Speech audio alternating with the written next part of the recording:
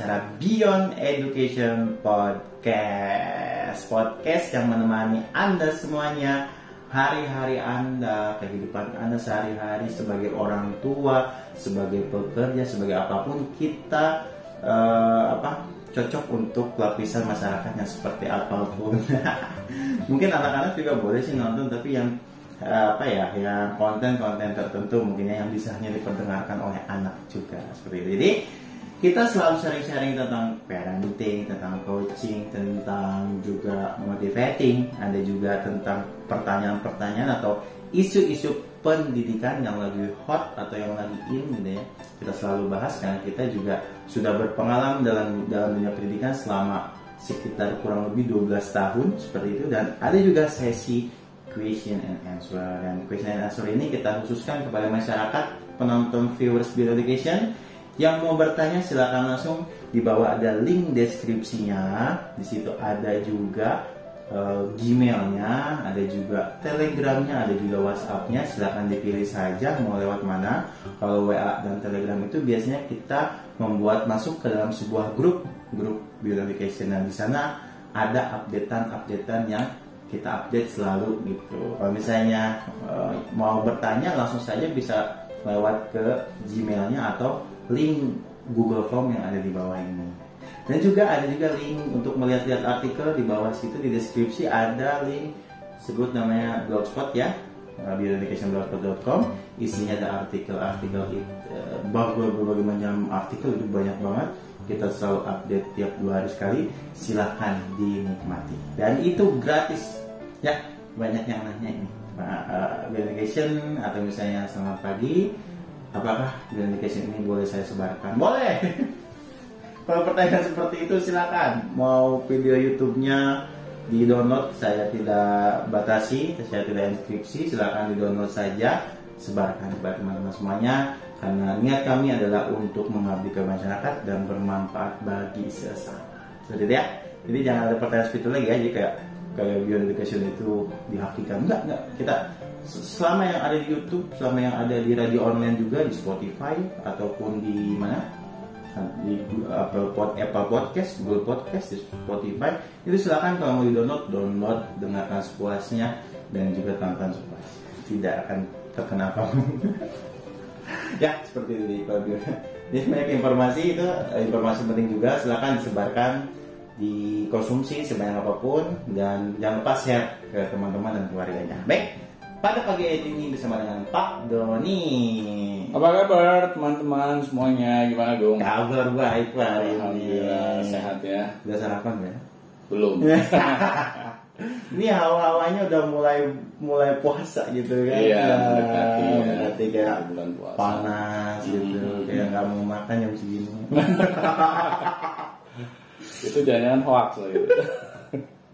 Apa? Oke, hari ini kita mau ngomong apa nih Pak? Ya, kita akan membahas tema parenting ya, yang saya beri judul di balik anak bermasalah ada orang tua yang bermasalah. Wow. Normalnya sih biasanya yang saya temui gitu Pak ya. Ya anak bermasalah, anaknya bermasalah. Biasanya begitu kan? Nah, biasanya seperti itu. Iya sih. Harusnya seperti apa itu? Ya, jadi ketika saya menerima konsultasi dari orang tua murid berkaitan dengan masalah yang mereka hadapi dengan anak-anaknya, ternyata setelah saya tarik benang merahnya, tidak 100% anak-anak kita yang bersalah, Gung. Saya awalnya merasakan bahwa memang anak yang bermasalah nih, karena orang tua selalu mengungkapkan anaknya yang memiliki masalah. Betul. Dan setelah saya telusuri, saya tanya bagaimana komunikasi yang terjadi di dalam keluarga tersebut, bagaimana interaksi yang terjadi. Ada hal yang mereka lupa untuk jelaskan kepada saya. Mereka juga memiliki masalah di sisi komunikasi dan interaksi. Jadi tidak aneh gitu apabila anak yang mereka sebut bermasalah, karena keseharian mereka juga bermasalah. Mereka jarang untuk membersamai anak-anaknya.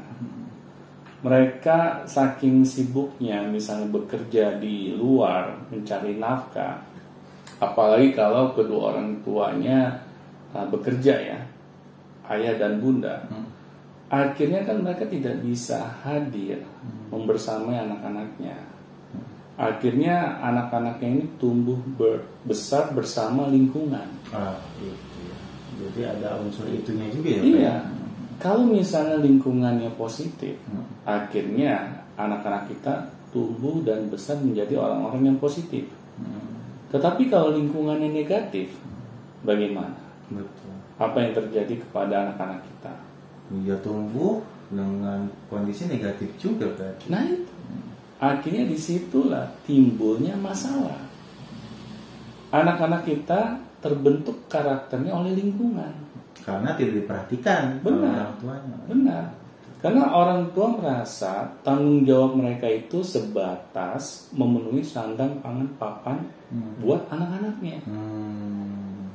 Mereka tidak memikirkan bagaimana mengenai kejiwaan anak-anaknya.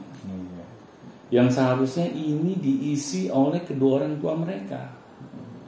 Karena mereka pikir bahwa yang tugasnya untuk mendidik anak-anak mereka itu adalah pihak sekolah. Iya, setahu mereka begitu ya. Ya. Dan mereka percaya itu. Dan mereka percaya itu. Iya, betul. Karena mereka merasakan bahwa itu yang terjadi dalam kehidupannya. Iya, mereka udah bayar selesai. Gitu. Iya.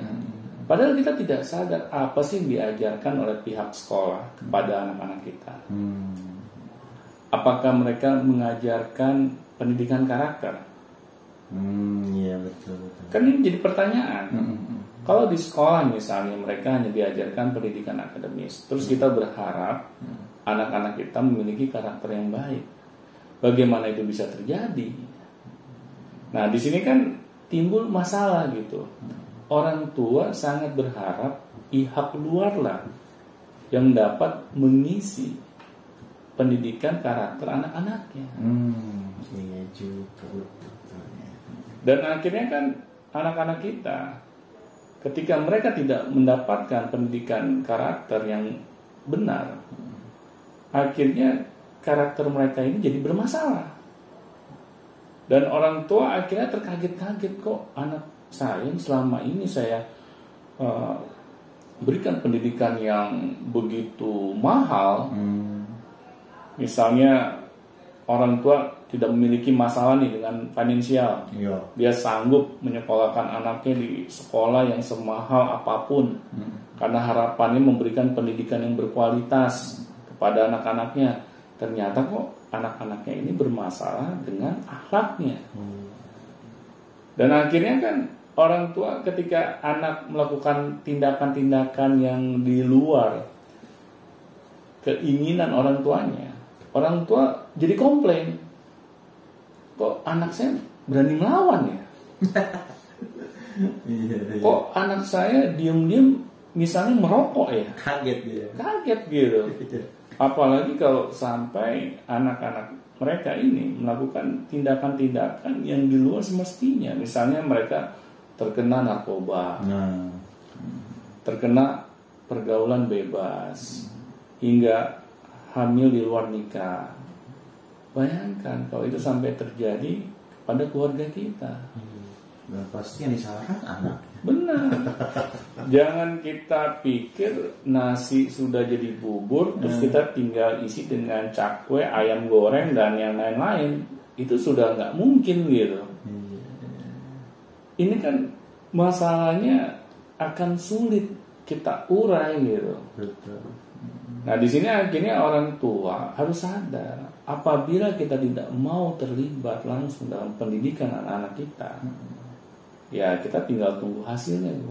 Iya. Mungkin awal-awalnya ya baik-baik saja, karena kita tidak tahu sebenarnya yang akan terjadi di masa depannya seperti apa. Nah itu akibat kita menutup diri untuk mempelajari ilmu parenting. Karena kan dalam ilmu parenting ini sangat penting gitu. Orang tua sebagai pendidik utama bagi anak-anaknya. Bukannya kita ini ya memberikan pendidikan anak kita berupa pendidikan akademis semata gitu. Misalnya nih orang tua disebut mendidik anak-anaknya ketika orang tua membantu membuatkan PR bagi anak-anaknya. Bukan seperti itu yang disebut mendidik anak-anak kita. Kalau seperti itu mah apa bedanya kita dengan guru les gitu. Kita memberikan pendidikan pelajaran akademis semata gitu. Seharusnya kan di sini orang tua sadar gitu. Kalau kita ini